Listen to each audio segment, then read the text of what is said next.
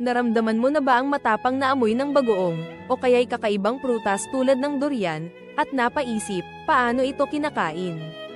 Ang ilong mo ay nagsasabing layuan mo, pero ang dila mo ay naghihintay ng sorpresa. Bakit may mga pagkain na sobrang baho sa una, pero pagtikim mo, tila langit ang sarap? Ang lihim ay nasa paraan ng ating pangamoy. May dalawang klase, ang orthonasal at retronasal olfaction. Kapag naamoy mo ang isang pagkain sa hangin, yan ang orthonasal, direktang pumapasok ang amoy sa ilong mo at madalas, doon natin nare-recognize ang baho. Ito ang dahilan kung bakit minsan, bago pa man natin kainin ang isang bagay, humahaba na ang ating nguso. Pero, kapag ninunguyan na natin ang pagkain, nagbabago ang laro. Ang mga amoy at kemikal ay dumadaan sa likod ng ating bibig, papunta sa retronasal cavity ng ilong. Sa puntong ito, ang mga mababahong compound ay nagiging masarap na signal na binibigyan tayo ng kumpletong, masarap na karanasan. Kaya, ang pagkain na mabaho sa ilong, nagiging nakaka-addict na sarap sa dila, isang kamanghamanghang proseso.